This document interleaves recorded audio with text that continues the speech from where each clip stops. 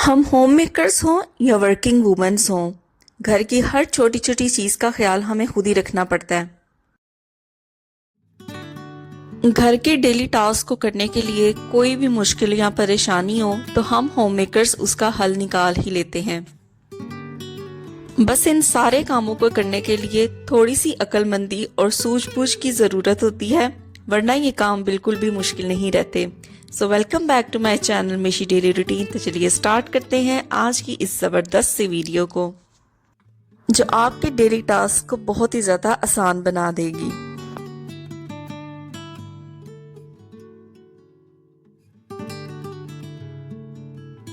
देखिए, हमारी ग्रोसरी के अंदर आलू एक ऐसी चीज़ है जो बेशुमार रेसिपीज़ में इस्तेमाल होते हैं। चाहे वो हमारा देसी फूड हो, चाहे चाइनीज़ फूड हो या चिप्स वगैरह या कोई भी स्नैक्स हो, तो आलू का इस्तेमाल तो हम बहुत ज़्यादा करते हैं। अक्सर क्या होता है कि मार्केट से हम आलू ले तो आते हैं, लेकिन जब हम देखते हैं तो वो आलू मीठे निकलते हैं। तो किस तरीके से कोई भी खाना बनाने से पहले आप मीठे आलूओं को, उनकी जो मिठास है वो ख़त्म कर सकते हैं, तो उसके लिए क्या करना है कि एक बाउल के अंदर पानी को फिल कर लेना है। तो सिंपल जो टैप वाटर होता है वही यहाँ पे मैं फिल कर रही हूँ। अब हमारी स्पाइसेस में से बहुत ही कॉमन स्पाइस इस्तेमाल होने वाली जो कि है नमक, इस पानी के अंदर मैं 1 से 2 टीस्पून के करीब नमक के ऐड कर दूंगी। तो अगर आप भी इस ट्रिक को फॉलो करें तो जितने आलूओं के लिए आप इसको फॉलो करना चाहते हैं उस हिसाब से इसके अंदर नमक को ऐड कर दें। बस इसके अंदर आलूओं को मैं अच्छे तरीके से डिप करके रख दूंगी और तकरीबन आधे घंटे के लिए मैं ऐसे ही नमक वाले पानी के अंदर इनको छोड़ दूंगी। इस आधे घंटे में मैक्सिमम आलूओं की जो मिठास होगी वो खत्म हो जाएगी। तो अब बेफिक्री से मैं इसको किसी भी रेसिपी के अंदर यूज कर सकती हूँ, क्योंकि बिल्कुल भी इसके अंदर जो मिठास है वो नहीं रहेगी। तो बिल्कुल नमक के पानी से आप आलूओं की मिठास को खत्म कर सकते हैं और ये बहुत ही बेनिफिशियल ट्रिक है। कुकिंग एक ऐसी चीज है जो हम सभी के घरों में होती है और कुकिंग के दौरान हम यूज करते हैं कुकिंग ऑयल का। अक्सर औकात ऐसे होता है कि कुकिंग करते हुए जो कुकिंग ऑयल है वो हमारी शेल्फ के ऊपर गिर जाता है। अच्छा, अगर हम इसे सिंपल जो क्लीनिंग क्लोथ होता है या क्लीनिंग टॉवल होता है उससे साफ करेंगे तो क्या होगा कि सारा ऑयल जो है उस क्लीनिंग टॉवल के ऊपर लग जाएगा और उस क्लीनिंग टॉवल को दोबारा से हमें वॉश करना पड़ेगा। तो इसका बेहतरीन हल है टेल्कम पाउडर। हमारे घरों में एक्सपायर या एक्सपायर ना भी हो, टेल्कम पाउडर तो मौजूद ही होते हैं। तो थोड़ा सा टेल्कम पाउडर हम इस ऑयल के ऊपर डाल देंगे और ऑयल के ऊपर डालने के बाद इसको अच्छे तरीके से रब करेंगे और रब करने के साथ ही आप खुद फील करेंगे कि जितना भी ऑयल था वो ये टेल्कम पाउडर अपने अंदर एब्जॉर्ब करना स्टार्ट कर देगा और बिल्कुल एक लम्ब सा बन जाएगा जिसको आप आसानी से अपनी फिंगर से भी उठा सकते हैं। तो ये देखें, आप देख सकते हैं कितनी आसानी से टेल्कम पाउडर ने जितना भी ऑयल था वो अपने अंदर एब्जॉर्ब कर लिया है। अब इसको क्लीन करना बहुत ज़्यादा आसान हो जाएगा। तो ये देखें, मैं अपने हाथ में इसको पकड़ के दिखा रही हूँ कि कितना ज़बरदस्त सा ट्रिक है और बिल्कुल इससे जो शेल्फ है ना उसके ऊपर ऑयल का एक भी स्पॉट बाकी नहीं रहेगा। तो बस एक बार जब आप सारा टेल्कम पाउडर यहाँ से उठा लें, उसके बाद आप क्लीनिंग टॉवल लेके उसको थोड़ा सा वेट करके अपनी शेल्फ को साफ कर लें। तो इस तरीके से आप ऑयल को भी रिमूव कर देंगे और जब दोबारा आप क्लीनिंग टॉवल से शेल्फ को साफ करेंगे तो ये भी अपने अंदर ऑयल को बिल्कुल भी एब्जॉर्ब नहीं करेगा। तो एक छोटा सा टिप था लेकिन बहुत ही काम का था, क्योंकि कुकिंग तो हम सभी के घरों में होती है और दिन में 2 या 3 दफा तो लाजमी होती है और ऑयल का यूज भी हम करते ही रहते हैं। एक बहुत ही हेक्टिक काम जो मुझे लगता है वो है ऑयल की बॉटल्स को रिफिल करना। तो ऑयल की बॉटल्स को रिफिल करने के लिए डायरेक्ट इसको शेल्फ के ऊपर मैं कभी भी नहीं रखती, क्योंकि इससे क्या होता है कि जब भी हम ऑयल की बॉटल को फिल करते हैं तो अक्सर औकात जो ऑयल है वो स्पिल होके शेल्फ के ऊपर गिर जाता है, जिसकी वजह से बहुत ज़्यादा मैस क्रिएट हो जाता है। तो मैं क्या करती हूँ कि जो इस तरीके के शॉपर आते हैं घर में या पॉली बैग्स होते हैं उनका यूज़ करती हूँ। तो जब भी मैंने ऑयल की बॉटल्स को रिफिल करना होता है, चाहे 2, 3, 4, क्योंकि मैक्सिमम मेरे पास 4 ऑयल बॉटल्स हैं, तो जब भी मुझे उन्हें फिल करना होता है तो सबसे पहले मैं नीचे पॉली बैग को बिछा लेती हूँ, ताकि किसी भी किस्म का जो स्पेल है वो अगर हो भी तो डायरेक्टली शॉपर के ऊपर हो, जिसको हम इजीली बाद में डिस्कार्ड कर सकते हैं। सेकेंडली यहाँ पे मैं यूज़ करती हूँ फनल का। अक्सर औकात लोग क्या करते हैं कि डायरेक्ट बड़ी बॉटल में से छोटी बॉटल्स में ऑयल ऐड करना स्टार्ट करते हैं, जिसकी वजह से ऑयल भी स्पिल होता है और बहुत ज़्यादा ज़ाया होता है। तो बेहतर यही होता है कि फ़नल का यूज़ किया जाए, ताकि स्पिलेज भी कम हो और जो वेस्टेज है ऑयल का वो भी ना हो। तो देखिए इस तरीके से पॉली बैग के ऊपर ही ये सारा प्रोसेस मैं करती हूँ, क्योंकि अक्सर औकात ऑयल की बॉटल्स के ऊपर ऑयल लगा रहता है, जो बाद में शेल्फ के ऊपर भी लगना स्टार्ट हो जाता है। तो यहाँ पे देखिए ऑयल बॉटल जो है उसको मैंने रिफिल कर लिया है और फनल को मैं रिमूव कर दूंगी। बस ऑयल बॉटल का कैप लगा के इसको तो मैं साइड पे रख दूंगी। अब कैप उतार के भी मैंने पॉली बैग के ऊपर ही रखी थी, जिसकी वजह से पॉली बैग के ऊपर ऑयल काफ़ी ज़्यादा लग गया था। तो सिंपल इसे अब डिस्कार्ड कर दूंगी और इस तरीके से हम अपनी शेल्फ को अच्छे तरीके से नीट एंड क्लीन रख सकते हैं जब भी ऑयल की बॉटल्स को रिफिल किया जाता है। बहुत से हमारे कपड़े ऐसे होते हैं जिनमें हमें सेफ्टी पिन का यूज़ करना पड़ता है, चाहे हम स्टोलर लें, स्कार्फ लें, साड़ी लें या दुपट्टे को हमें सेट करना हो तो हम सेफ्टी पिन का यूज़ करते हैं। अक्सर क्या होता है कि जो सेफ्टी पिन होती है उसकी जो शार्पनेस है ना वो कम हो जाती है, जिसकी वजह से इसको स्टिच करना बहुत ही ज़्यादा डिफ़िकल्ट हो जाता है।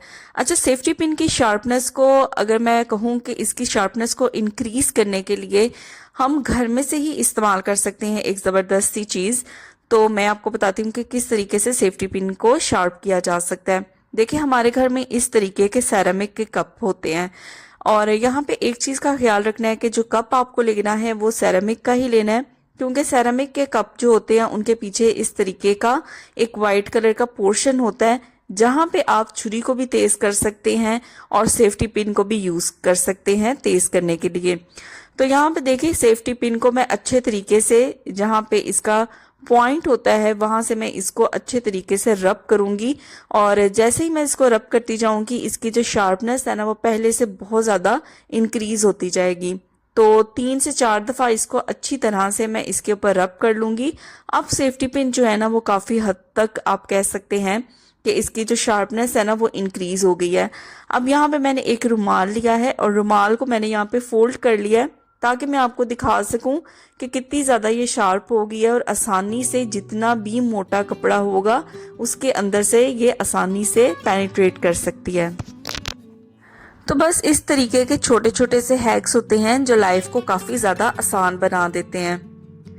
तो अब बेफिक्र हो के आप अपना दुपट्टा सेट करें, स्टोलर करें सेट, साड़ी सेट करें। जो सेफ्टी पिन है वो इजीली कितने भी मोटा कपड़ा हो उसमें से आसानी से घुस जाएगी, जस्ट इसको थोड़ा सा शार्प करने की ज़रूरत है। तो मार्केट से ना जब भी हम लेके आते हैं जैम्स की बोतल हो गई या पीनट बटर की बोतल हो गई, तो अक्सर इसके जो लेड होते हैं ना वो इतने ज़्यादा टाइट होते हैं कि इनको खोलना मुश्किल हो जाता है। तो ये जैम की बोतल थी, इसको तो मैं यूज़ कर रही हूँ, लेकिन इसका जो लिड है ना वो ओपन करने में बहुत ज़्यादा प्रॉब्लम होती है। तो मैं छोटा सा एक ट्रिक फॉलो करती हूँ जिससे कि इसका जो लिड है ना उसे ओपन करना बहुत ही ज़्यादा आसान हो जाता है। तो मैंने यहाँ पे केटल ली है और केटल के अंदर ना मैंने पानी को फिल कर दिया है। अब अच्छे तरीके से ना पानी को मैं इसके अंदर ना गर्म कर लूँगी। तो जैसे ही पानी इसके अंदर से गर्म हो जाएगा तो मैं इसको बंद कर दूंगी। अब यहाँ पे मैंने एक बाउल लिया है या आप छोटी प्याली भी ले सकते हैं, उसके अंदर आपने ये गर्म पानी ऐड कर देना है और इतना सा ही ऐड करना है कि जो जैम का लिड है ना वो इसके अंदर अच्छे तरीके से सोक हो जाए। अब जैम की बोतल को ना मैं उल्टा करके इसके लिड वाली साइड से अच्छी तरह से इसको डिप कर दूंगी इस पानी के अंदर। तकरीबन 10 से 15 मिनट के लिए आप इसको ऐसे ही छोड़ दें और 10 से 15 मिनट जैसे ही हो जाएंगे ना तो इसके लिड को मैं ओपन करूंगी। तो जितनी भी इसके अंदर एयर होती है वो गर्म पानी ऐड करने से रिमूव हो जाती है, जिसकी वजह से इसका जो लिड है ना उसे ओपन करना बहुत ज़्यादा आसान हो जाता है।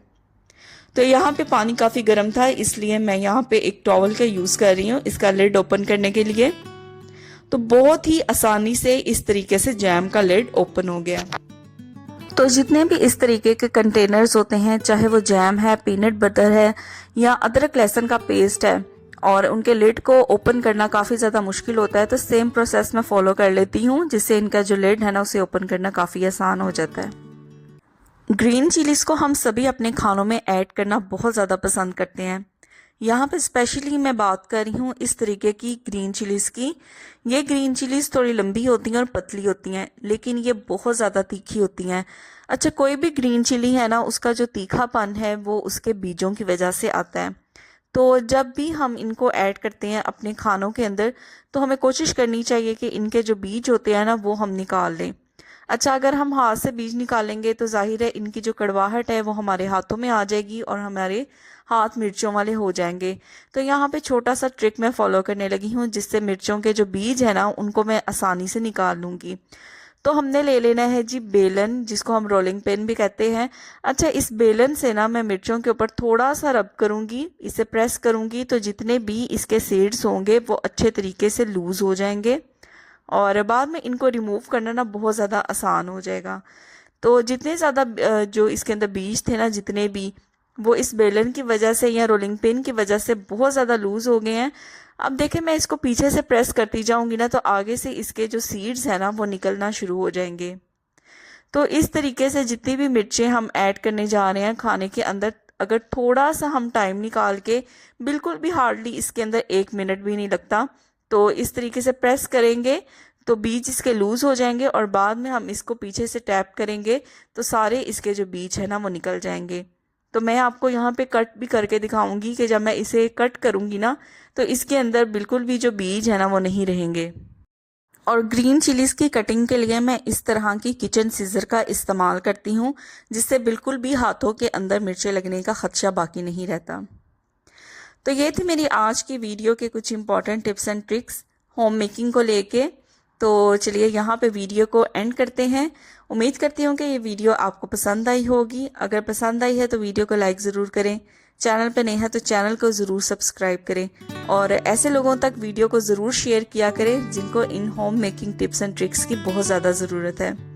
तो चलिए फिर मिलूंगी आपसे इंशाल्लाह नेक्स्ट वीडियो में। Till then take care, bye bye. और हाँ, जाने से पहले एक छोटी सी रिक्वेस्ट कि पिछली वीडियोस को भी ज़रूर देखा करें। उनके अंदर भी काफ़ी important home related tips and tricks आपको मिलेंगे जो आपकी लाइफ को बहुत ज़्यादा आसान बना देंगे। Bye bye.